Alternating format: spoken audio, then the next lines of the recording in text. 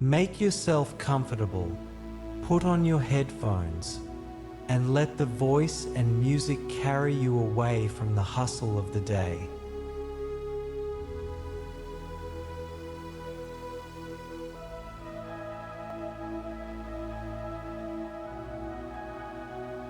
I don't believe in coincidences. 30 years of watching people, machines, and places have taught me if something sounds like it cannot exist, that's precisely what demands the closest attention.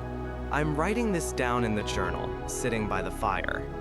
Around me, silence, broken only by the low hum of Luis's life support systems. Even the stars, stretched across the ceiling, seem more attentive than I am. They feel every vibration. But what happened yesterday cannot be explained by technology. There were 3 of us. Me, Alia, and the drone Lewis. We were waiting for a signal from the main ship. Docking was delayed. I hadn't seen the captain yet. He was up there somewhere, among his schematics and drones. We remained here, caught between waiting and fatigue. And then, on the service frequency, where there should have been nothing but static, a voice came through. A woman's. Calm, but distant, muffled, as if pushing through layers of sand. And it was impossible. Chiron tensed immediately. His face, usually ironic, grew hard for a moment, eyes narrowing. He said briefly, "Did you hear that?" I nodded. I had, but Luis, with all his sensors and logs, registered nothing. For him, the frequency was empty. That was the unsettling part. Sometimes, human perception is finer than any instrument. Sometimes, more dangerous. The captain, back on the ship, couldn't sleep that night. He sat in the corridor between compartments, lost in memories of his past. Years ago, he had investigated abandoned communication stations. People claimed the empty antennas held echoes, voices of old signals, wandering for years through the ionosphere. It sounded like a pretty legend, and I even wrote an article about it, flirting with sensationalism. But now the voice came in complete silence. Not an echo, not a recording, a direct reply, as if someone from the other side wanted to say, "I am here." In the morning, the drone reported in his usual dry tone. An anomalous response registered at the level of organic operator perception. No data. Then he added, as if it might comfort me, possibly phantom perception. Phantom. Too light a word to cover the hole I felt inside. Chiron, of course, brushed it off. Means someone just misses us. Maybe the void decided to talk. But I saw he was wary too. The scar on his face looked deeper in that moment, as if to remind us, all strange signs have their price. I keep thinking about what's ahead. The meeting. Soon we're to be introduced to the rest of the crew. In light of that voice, everything feels different. What if it wasn't a coincidence? What if that woman's voice already belonged to her? To Alia? I had never seen her. Only read fragments of letters, heard hints from Chiron. He spoke her name as if it was already part of him. But now I wonder, what if her voice reached us before she herself did? If so, the meeting won't be a beginning. It will already be a continuation of something greater. I write in the logbook. The voice that should not exist may belong to the person we have yet to meet. If that's true, then we are not witnesses of chance. We are part of someone else's plan. Archaeologists of the past and future, unwillingly. We must be ready. Sometimes, the discovery finds us first. Days passed. We were due to reach Earth soon. The waiting stretched into long hours, filled with mechanical hum, short exchanges, and a strange tension hanging in the air. I, a man used to observing, noticed every movement of the crew more sharply now. Chiron, the scarred pilot, smiled more often than usual. His humor was armor. He told jokes about old ships, compared the void outside the viewport to the most expensive real estate in the universe. Perfect, because nobody would ever want to seize it. But his eyes kept straying back to the navigation panels. He was waiting, no less than I. The drones, if anything, grew more focused. And I, the journalist who always feels he sees slightly more than people want to show, found it strange that the ship was still nowhere in orbit. The vessel that was supposed to arrive had already been delayed several times. Official reasons, technical checks, route adjustments, cargo loads. Too ordinary. I learned long ago not to believe in coincidences, especially with meetings like this. One day, sitting in the compartment with something that only resembled coffee, Chiron said, "Honestly, I think the captain's dragging his feet on purpose. You know how he loves to double-check everything." I didn't answer. He wasn't wrong, but the delay felt too convenient, as if someone was giving us time to think, to look around, to get used to the very idea of the ship's arrival. And all the while, I kept returning to that voice. Calm, as if from the depth of a dream. If it was coincidence, it was far too precise. I tried to imagine her, Alia. In my mind, she remained a shadow, but the shadow grew lighter, took on contours.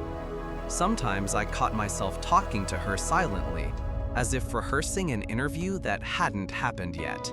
"Why are you here?" I asked in thought. And the silence answered me with an echo.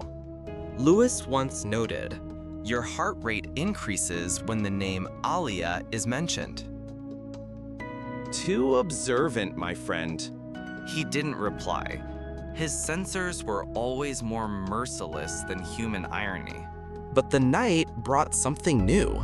We sat in the control room when we first caught the signal, faint, trembling, like someone knocking on the hull from within the void. It was the beacon of the approaching ship.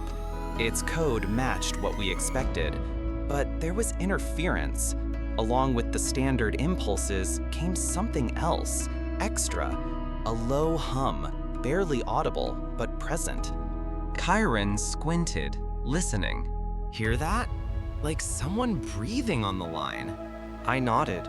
A chill ran through my chest. All of it was forming into a picture too neat for chaos. A voice that shouldn't exist. A delayed ship. When the ramp finally lowered, Alia was the first to step into the light. She moved slowly, as if afraid the ground itself might give way. Her gaze, tired yet firm, passed over the three who awaited her. She had known them only through others' letters, voices, and fragments of thoughts, and now, here they were, real, tangible. "Welcome," the captain said. No smile, just the clear formula. Yet even in his tone, there was more than he allowed himself to admit. Alia nodded. Beside her stood the journalist, foreign, cautious, like a shadow, hesitant to become part of the light. For a few seconds, they just stood there. Then the captain stepped forward. "We need to discuss what comes next." Inside their temporary base, still unfinished, smelling of dust and fresh metal, they gathered around a narrow table.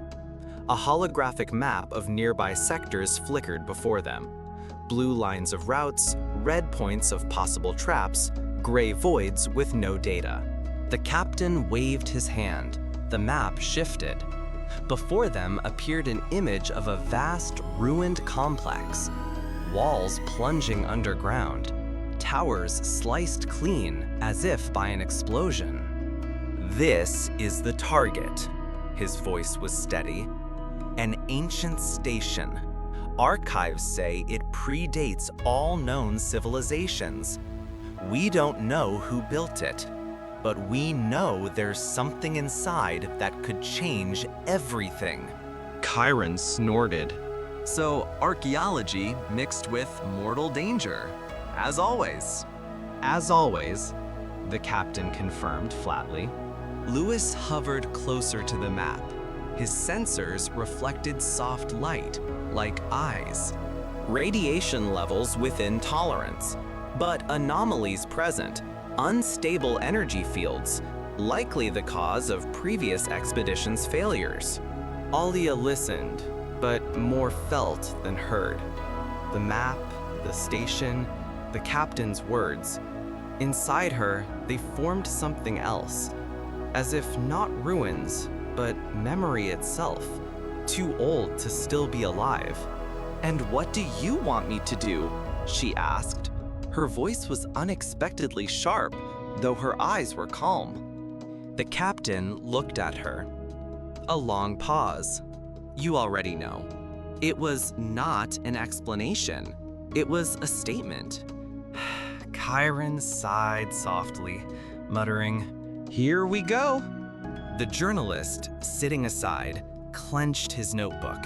He wrote down everything, words and silences between them. His wariness was almost tangible. "The plan is this," the captain concluded. "We enter the station, Lewis first, reconnaissance. Chiron covers the entry. I'll take drones for recording and system recovery. Alia," he paused, "you go to the center, where the memory of the place is strongest." She felt a cold blow in her chest, but nodded. She knew arguing was useless. And did she even want to argue? The captain, as if sensing her silent answer, added briefly, "This isn't in order. It's a choice. But I think you've already made it." Alia smiled faintly. That smile held everything: fatigue, defiance, and a strange premonition. Later, as they separated, each left to their own thoughts.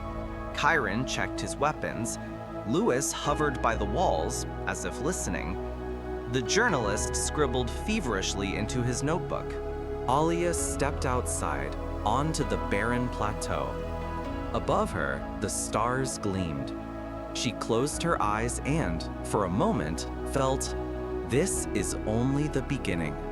And in that moment came a whisper, faint, almost imperceptible.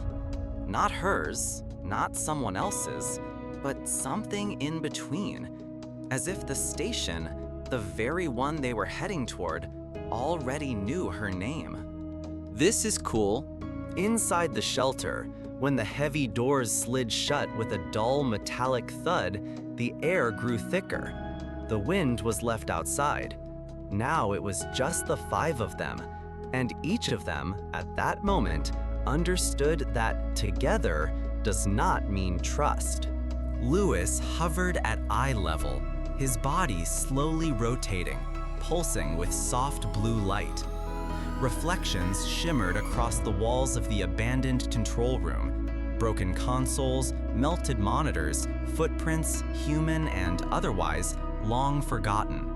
"Coordinates confirmed," he said evenly. "We are in the central hub of the former control station. Underground corridors extend another 7 kilometers." Chiron sat on the edge of a ruined console, turning a metal plate, a fragment of an old insignia, in his hands. He smirked, without joy. "Well, at least we know the trip wasn't for nothing. I half expected the local phantoms to greet us. Maybe they still will." He tossed the plate aside and stood, hand still on his holster. Alia leaned against the cold wall, feeling her heartbeat stumble. Echoes thrummed in her head. Not sounds, not thoughts. More like someone passing through her, leaving a shadow inside. Foreign, but not hostile. just not hers. There are memories here, she whispered. Marek, sitting nearby on an equipment crate, turned. His eyes held no mockery, only caution. You feel it again? Not again. They're frozen. I don't hear people. I hear a moment, how it broke apart. She closed her eyes. Panic. Someone screamed. Someone didn't believe. Someone shut the doors too soon. Silence. Only the drone's hum and the air system's dull thrum. The captain turned from the wall map. His voice was low, flat, but every word sounded like judgment. She's not lying. We know it. The drone registered residual emotional fields. Objectively, there was a mass outburst of fear here. Lewis blinked green. Confirmed. Fragments of emotional spectra remain within a 40-meter radius. Strongest in Sector C2. Chiron raised an eyebrow. So, ghosts made of fear. Great. I just hope they aren't armed. They're not active, the captain said. But we must account for it. Residual fields can affect the psyche, especially those who are receptive. He glanced at Alia, not condemning, but evaluating, like a doctor studying an anomaly. Marek stood. Tell me straight, what do you want from her? She's just a girl. Yes, she has a gift, but you treat her like you found the key to something you're afraid to open yourselves. Lewis lowered to Marek's eye level. Calm. We are not afraid. We record. We observe. Her presence has altered the field spectrum. It has become softer. Alia opened her eyes. I don't want anyone to be hurt because of me. Chiron stepped closer, speaking quietly. Look, if you were dangerous enough to kill someone by accident, you'd have done it already. For now, you just feel things. Honestly, that's more than half of us can say. She smiled faintly. For the first time in hours, sincerely. The captain moved closer. His eyes, almost black, caught the glow of the map. Council is in session, he said. Question, do we stay and continue the survey, or evacuate and call for reinforcements? Reinforcements won't come, Chiron replied. Signal's jammed. And if they do, a week at best. By then, everything will have changed. Agreed, said Lewis. The anomaly is unstable. In 7 days, the sector may be uninhabitable. Then we stay, the captain concluded, but with caution. Marek snorted. Caution isn't a word for those walking where shadows still stand. That's exactly why you're here, Chiron said. You can see even without light. Marek said nothing. He only sat again, pulling out an old paper notebook. He wrote in quick strokes, as if afraid to forget even the smallest detail. Alia stepped toward the map. Her fingers trembled, though she did nothing. Lewis hovered beside her and asked softly, Alia, what do you feel now? She didn't answer at once. Then, like someone was waiting here and never met them. The silence grew denser. The captain turned to her. That's valuable information. If you can, distinguish who was waiting and for whom, we might understand what happened, and perhaps who might return. Chiron smirked. Great! Now we've got a living sensor. Half sensor? Size sensor? A person, Alia corrected. He nodded. Yes, a person. The council lasted another hour. They assigned zones, discussed risks, agreed on signals. But beneath all the logic lay one truth. None of them were prepared for a place that could remember, and for a girl barely known to them who could hear that memory. When it ended, the captain lingered by the map. He stared long at the network of corridors. Luis hovered beside him. What do you think? The drone asked. I think we haven't found the destination. We found the beginning. Alia sat on the floor, her back against the wall. She closed her eyes and listened. To the silence, To the stones, to the air, to the hearts of the others. And for the first time, she thought she heard not only fear, but hope. The air changed first. Lewis's sensors picked it up before anyone else. Pressure fluctuations, though the station's ventilation was long dead. Dust on the floor shivered, as if footsteps passed nearby, though no one was in the corridor. Anomaly increasing, he reported in his dry voice. Vibration levels exceeding tolerance by 2-fold. Chiron flinched, glancing at the dark passage.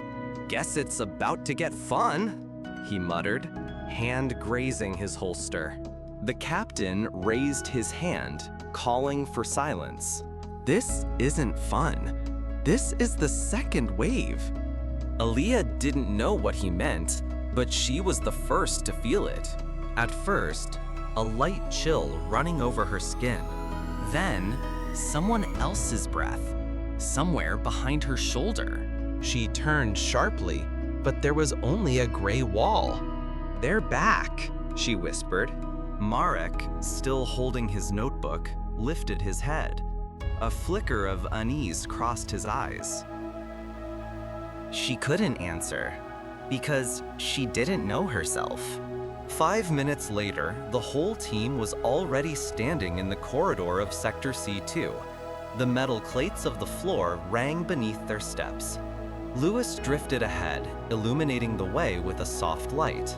The walls were scored with cracks, as if the skeleton of the station resisted some invisible force. In places, the metal bulged outward, as if it had been crushed not from within, but from the past. Alia walked beside Chiron. She tried to breathe steadily, but every inhale carried images with it. Not pictures, not memories, more like rifts in reality. "I hear them," she exhaled. "Again?" He frowned. "No, different. Not screams. Steps. But they're not walking with us. They're walking beside us." Chiron clenched his teeth silently. At the C2 marker, the corridor ended in a massive blast door. The station's emblem still clung to it in peeling paint. The door was ajar, and beyond it, emptiness. The captain stepped in first and froze. "Registering distortion," said Luis. His frame pulsed red. "Field resonance doesn't match spatial map. Inside, there's more than there should be." Marek cursed. "Perfect. Another level inside. One that doesn't exist. Or only exists here," the captain corrected. Alia looked in. In the half-light, corridors branched like tree roots. But she didn't see them. She saw people, silhouettes, transparent, wavering, like reflections in water. They passed by, not noticing her. Men and women in the station's old uniforms, their faces twisted with fear. "They're repeating a moment," she whispered, "over and over." Then one of the silhouettes stopped, abruptly, and looked straight at her. Aaliyah recoiled, striking her back against the cold doorframe. Her heart hammered so loud it seemed the others must hear it. "What happened?" The captain stepped toward her. "He saw me." The words were hard to push out. "One of them. He looked." Chiron immediately drew his weapon.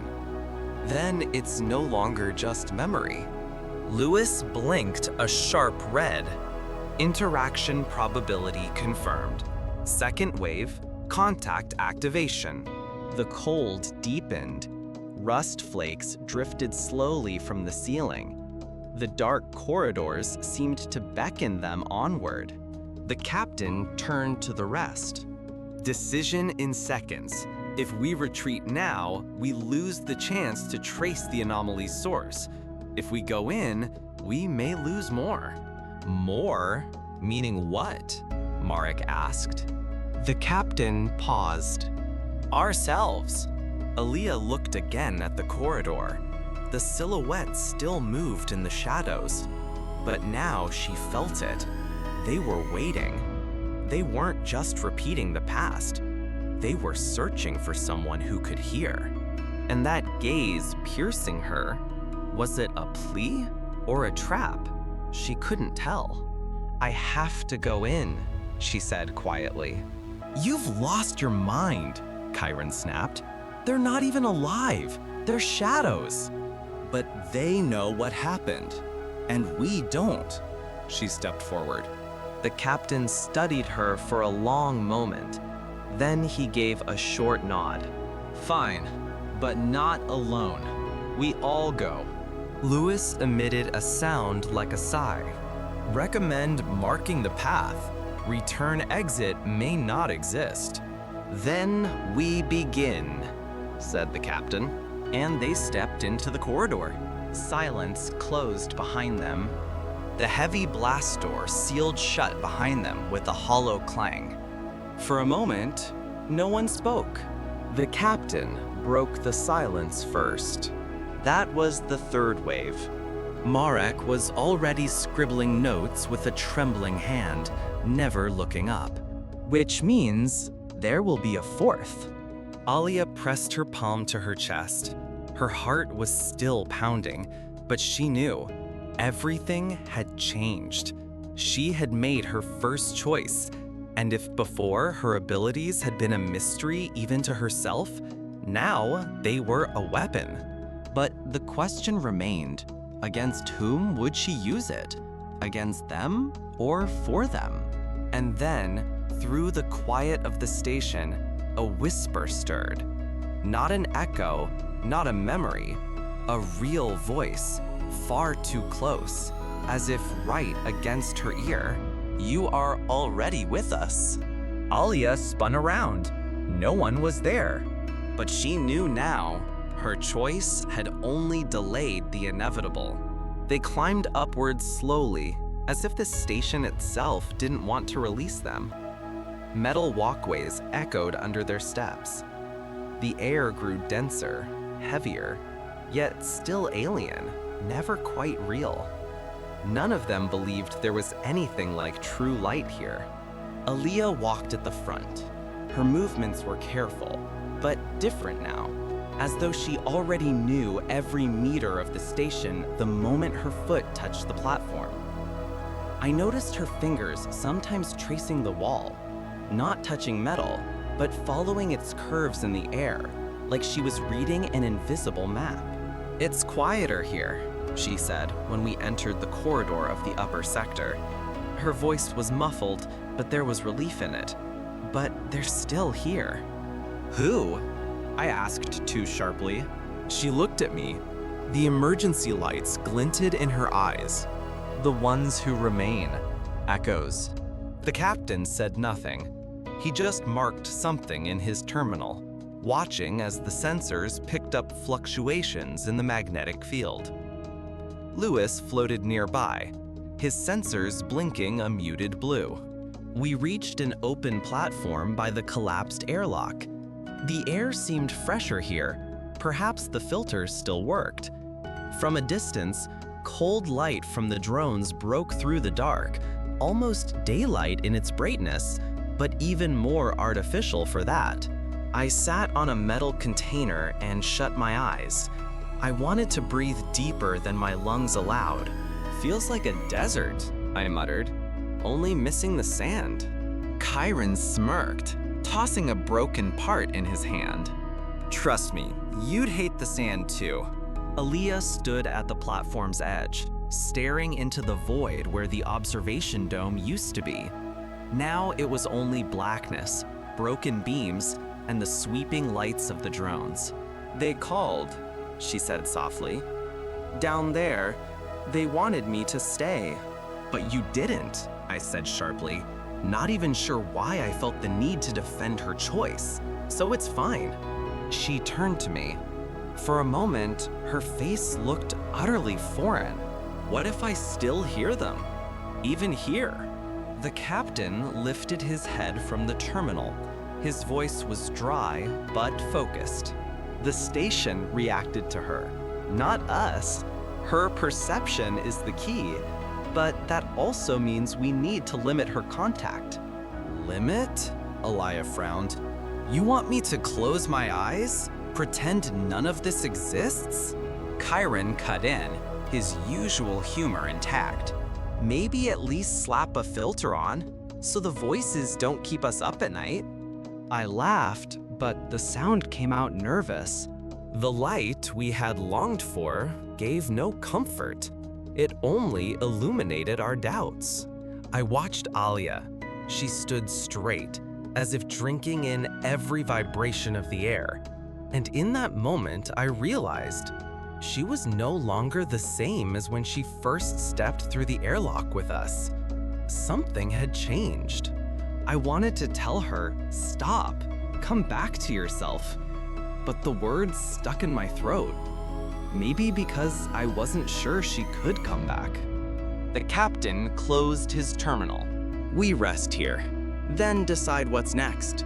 But I knew we would not rest.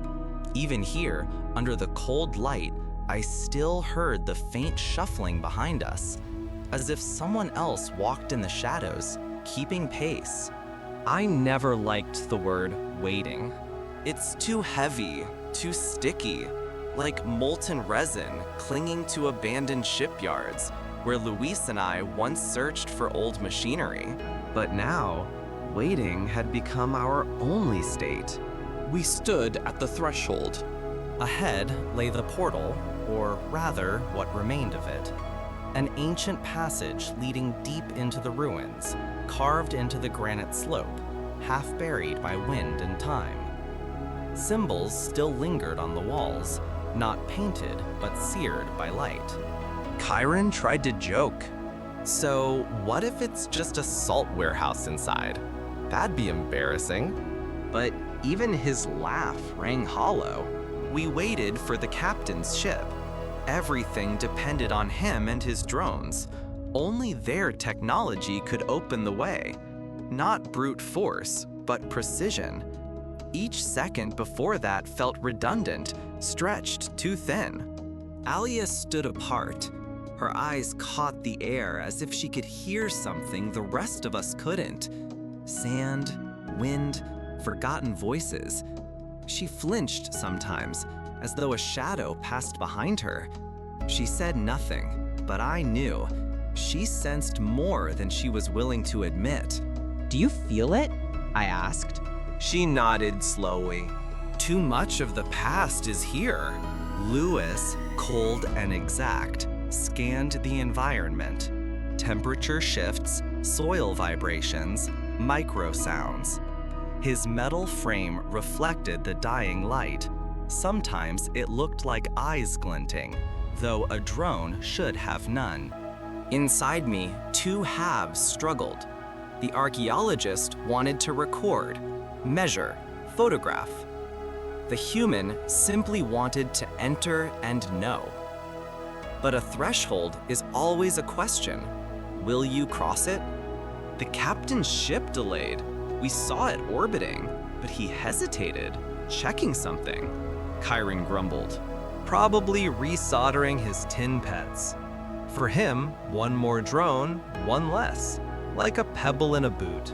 Even that joke couldn't hide his unease.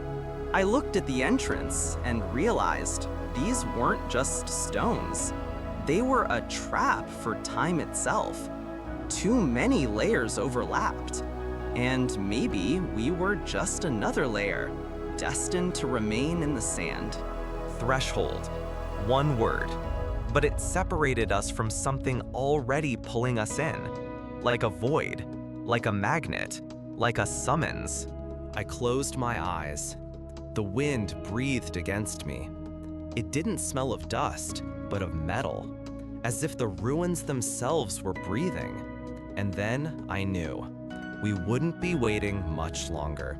The captain's ship was near. Night came without notice. The sun slipped below the horizon, and the desert changed. Cold, ringing, taut as a string. Darkness here felt denser than anywhere else. It pressed against the skin, sank into the lungs. And just at that hour, when footsteps grew louder than thoughts, light appeared in the sky. At first, a thin spark. Then, a shadow blotting out the stars. And finally, a tear in the darkness, revealing the captain's ship. It descended slowly, as though unwilling to disturb the dead landscape. Aaliyah tensed immediately, as if she sensed not the machine's arrival, but the shift of her own path. Chiron leaned back on a rock with his usual grin. About time. I thought he'd head home and leave us admiring the architecture. The ship landed softly, but sand erupted in a spiral column. Lewis instantly activated sensors, tracking every spike of electromagnetic flux. Too clean for an old transport, he noted flatly. The hatch opened, and we saw him at last. The captain. Tall, broad-shouldered, dark-skinned, his gaze layered with too much history. His steps were slow, steady, and behind him, the drones. 3 metallic figures moved in perfect unison, so synchronized they seemed not machines, but extensions of his own body. They slid silently over the sand, their movements uncanny. Captain Moraeus, he introduced himself, curt, without ceremony. We've been waiting, I said, though my chest tightened. Chiron couldn't resist. Do you keep your drones closer to your heart than people? Marius looked at him, and even Chiron bit back further jokes. I have only one heart, and it's occupied by duty. People don't last in my life as long as machines. Cold swept through me, though the desert air was warm. His words weren't irony, they were truth. Aaliyah stepped forward, silent. She studied him as if trying to see beyond his form. Luis, by contrast, focused immediately, transmitting privately to me. He demonstrates high concentration, biorhythms steady, stress within norms, but anomaly detected.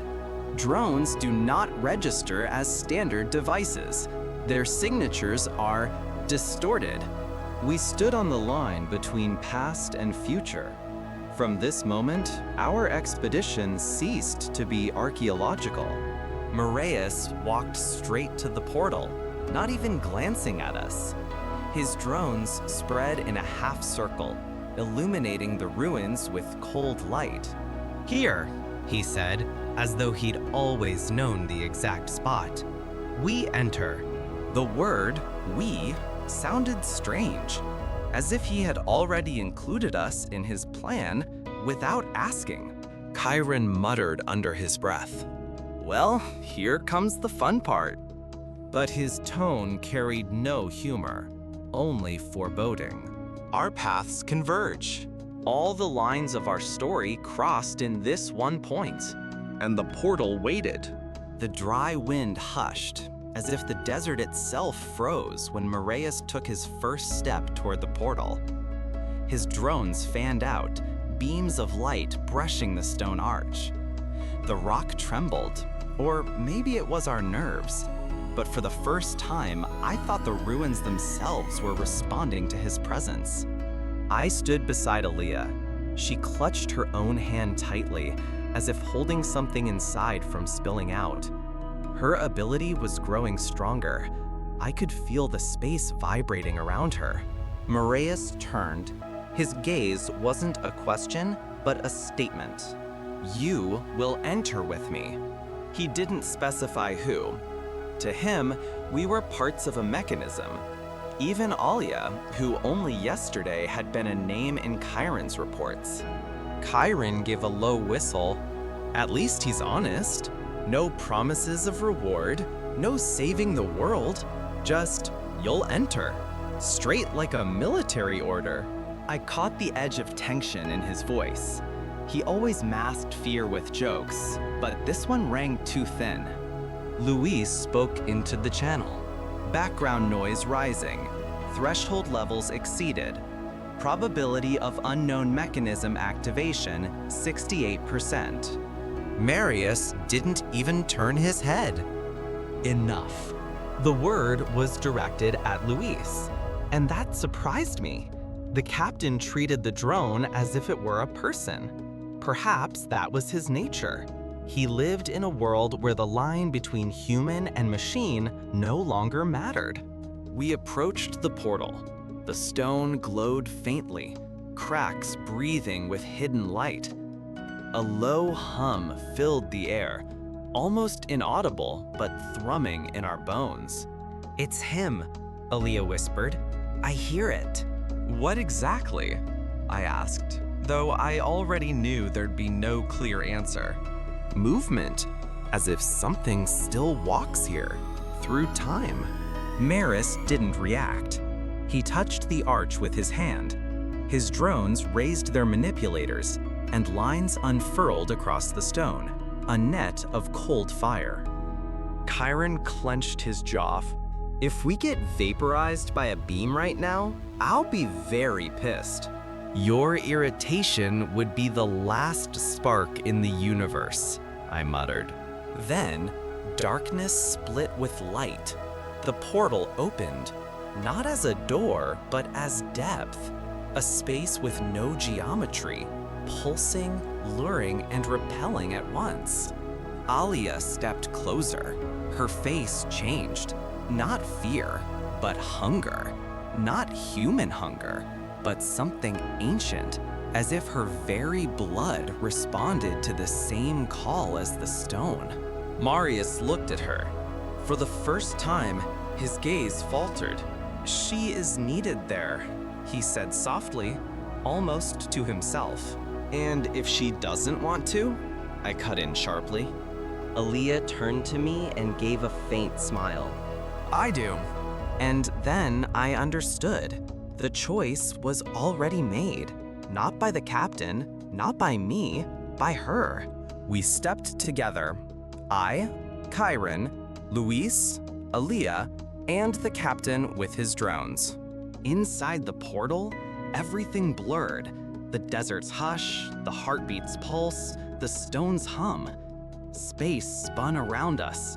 And just before the light swallowed us, I heard Chiron's voice. Well, if this is the end, at least it's in good company. But it wasn't the end. It was the beginning. The transition was not a step, but a tearing. Not forward, not downward, but in every direction at once. The body rebelled, the mind screamed, and only one thought flickered through me. We should not be here. Then, silence. I opened my eyes. We stood in a vast hall. Its walls were smooth, like polished obsidian, but alive. The surface pulsed faintly, as if veins ran within. The air glowed dimly, without source or shadow. Marius and his drones remained motionless. Chiron staggered, but kept his grin. Luis buzzed with distorted signals, unable to pin coordinates. And Aaliyah? Aaliyah stood as if she had returned home. She touched the wall. The obsidian surface rippled under her hand like water. "They left something here," she whispered. "Not things, not traces, themselves." A low sound spread through the chamber. Not noise, but breathing. It filled the space, heavy, resonant, as though the hall itself inhaled and exhaled. Each breath shook my ribs, aligned my pulse with its rhythm. Biological resonance detected, Lewis reported, but no organism present. Marius raised his head. His voice was colder than the walls. This is the beacon. We didn't understand. Not yet. From the far end of the hall, shapes appeared. Not illusions, not echoes. Figures. People in uniforms from centuries past. They walked without sound, repeating the same motion. Their eyes empty. Chiron aimed his weapon. Ghosts again? No, Aaliyah said firmly. Fragments. They're drawn here. The beacon gathers them. Her words were not guesswork. She knew. One of the figures stopped, its face twisted, searching for something. Then its gaze locked on Aaliyah. She flinched but didn't step back. Marius finally spoke, low but decisive. It responds to her, just as the station did. She is the channel. I wanted to pull her away, but Aaliyah only shook her head. She looked at the figure, and for a moment, I saw recognition in her eyes. Recognition and pain. The breathing grew louder. The walls quivered, releasing faint streams of light. The figures froze, then dissolved into the glow. Only Aaliyah remained facing the hall, as if speaking silently to someone beyond us. Then she turned. Her voice was clear, calm, frighteningly resolute. They wanted me to stay, but I chose otherwise. Now, they will follow. Chiron swore under his breath. Great! Now we've got spectral groupies. Marius ignored him. He stepped closer to Aaliyah. For the first time, his voice carried weight not of order, but of recognition. You opened the beacon. That means you can guide it. Do you understand what you've done? Aaliyah lowered her eyes. Yes. I didn't understand. None of us truly did. But the chamber changed. The glow subsided, the breathing faded, and the silence that followed was not emptiness, but expectation. The beacon had awakened. We emerged from the portal hours later, though time had no meaning there. The desert greeted us with cold starlight. The ruins lay the same, yet different, as if the sand itself now watched. Aaliyah walked ahead, her steps firm. She no longer looked like the frightened researcher who once followed Chiron's jokes. She carried herself differently. Not heavier, not lighter, but as if she had taken part of that hall inside her. Lewis remained silent, his data streams looping. Chiron muttered about strong drinks. I just watched Aaliyah and realized she had become the axis around which everything turned. Marius confirmed it with his final words that night. The beacon is not a place. It is a threshold. She crossed it. The rest of us only followed. Later, when the desert wind subsided, I opened my journal, the first entry after the beacon. We found not ruins, not echoes, not answers. We found a pulse, something that still breathes across centuries. It chose her, and if we remain with her, it will choose us too. I don't know whether that means salvation or loss, but we can no longer step back. I closed the journal. Aaliyah was staring into the distance, where the horizon shimmered faintly with cold light. Perhaps she saw more than I did. Perhaps she already knew what awaited us. The beacon was no longer sleeping, and neither were we.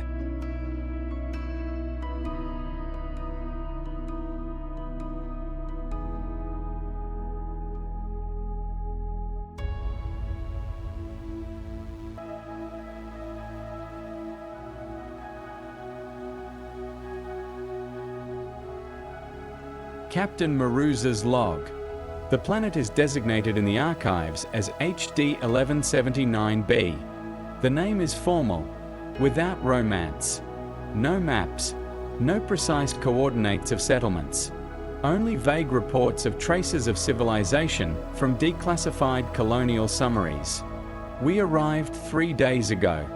The surface matches the description: wastelands, ground fissures, rare clusters of stone structures. However, instruments detect residual activity, weak energy fields, fragments of radio noise, in constant fluctuations of the magnetic layer. All this suggests not so much a dead planet as a space where something still continues. Our mission is officially archaeological. We are to find material traces of a culture, gather data, extract artifacts, and determine their purpose. But I've long understood, archaeology in our time is always a cover. Where we seek records, we inevitably find people. Survivors, lost souls, those hiding. This has become the rule, not the exception in sci-fi exploration. Last night, I dreamed of ancient ruins. I saw them as if they were alive, towers with glowing windows. And then the windows began to close one by one, as if someone was extinguishing them from within. I woke up with the feeling that this mysterious planet remembers itself better than we remember it. Lewis's sensor log. Detecting acoustic anomaly.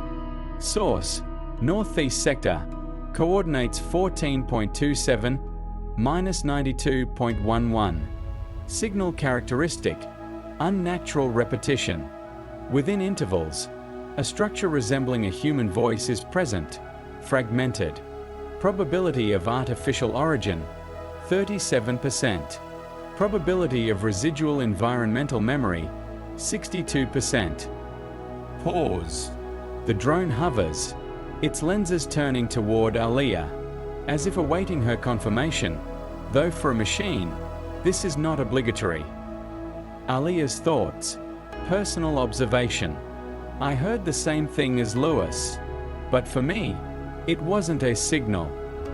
It was movement, as if someone had passed nearby, slipped between the stones, and their shadow remained within me. This feeling is not like an ordinary sound. Rather, it's a tremor beneath the skin. I don't yet know how to explain it to the captain. He speaks dryly: anomaly. But for me, it is the living breath of the place, a paranormal phenomenon. Karen smirked when I told him, "I hear footsteps." He replied, "Good thing it's not applause." He added that such alien worlds love to play tricks on our nerves. I'm not sure he's laughing genuinely, but his laughter helps. Captain Maruza's log recorded Aliyah's observations. She claims to feel the past. I've heard similar statements before, from mediums, from soldiers with damaged psyches, from witnesses to catastrophes. But in her, it manifests differently.